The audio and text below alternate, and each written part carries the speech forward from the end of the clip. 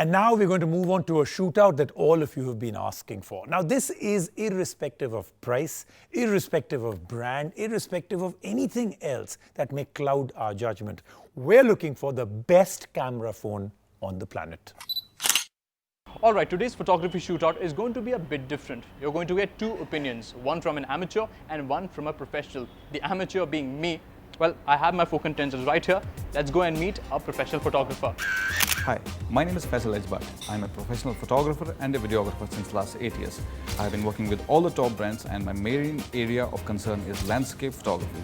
Today we're going to be reviewing these four phones and we're going to be reviewing their camera hardware, their software and the final images so that we get a final verdict which one among these is the best current camera phone in the market. All of the best flagships in the market, all with super camera setup. But which one among these is the real alpha? The supreme camera smartphone. Now that we are familiar with our contenders, let's get to our shootout. To test the photography capabilities of each, we decided to shoot in three different scenarios. Our first test was in harsh lighting conditions for which we took pictures of subjects under direct sunlight. All pictures were taken from the same angle and under similar lighting conditions. We started with the iPhone 6s Plus. What we are seeing here is a dynamic range difference between the highlight areas and the dark parts of the photograph. So this is a good scene to test the dynamic range of the phone. Next up was the Samsung S7. The screen looks brilliant. I don't feel any lag even though this is an Android phone.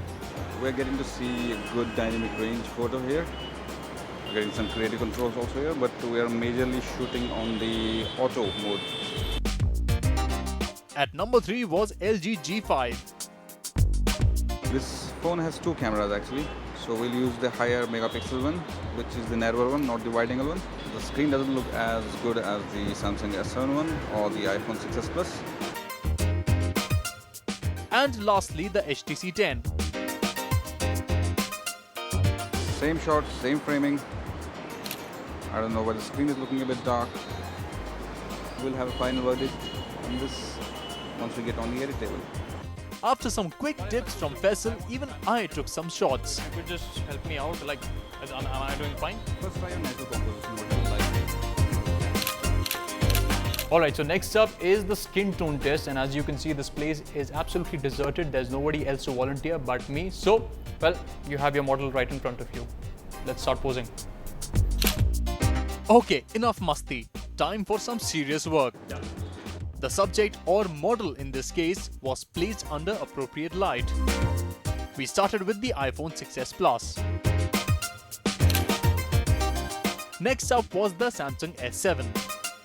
At number 3 was LG G5. And lastly the HTC 10. This is something with the camera and the screen of this phone. We'll take it later. Okay, so we come to the final test of the day, low light. And Faisal has already started with the iPhone 6s Plus. For this, we placed a few subjects on the table in very low lit conditions to test how clear pictures each camera delivers. Alright, so as you can see that Faisal is a bit busy with his low light photography. He's already done with the iPhone 6s Plus, and I thought why not make use of this time and try my hand out at some low light photography myself. Okay, so I'm done with my low light shots. Let's get back to Faisal and see what he's up to. दूसरा phone जिसे हम test कर रहे हैं Samsung Galaxy S7. अब है हमारे पास LG G5. This is the HTC 10. So after all three tests, it was time to take a look at the results. For that, we exported all the images from all phones into a Mac and put them in separate folders.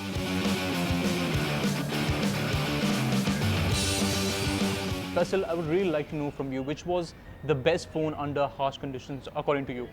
According to me, the best phone which fared very good in the harsh light is the Samsung Galaxy S7. I totally agree with you. When I was clicking pictures after the tips you gave me, when I saw the results when you exported the pictures onto your MacBook, the results were absolutely fantastic. Yeah, they looked amazing, yeah. It controlled the light very well. Really good. Alright, now moving on to the skin tone test. Now, I was busy modeling for you, Faisal, so I didn't have the opportunity to go and shoot for myself, but I really saw the results of the LG that you had exported onto your MacBook, and I feel that the LG G5 really gave very good results.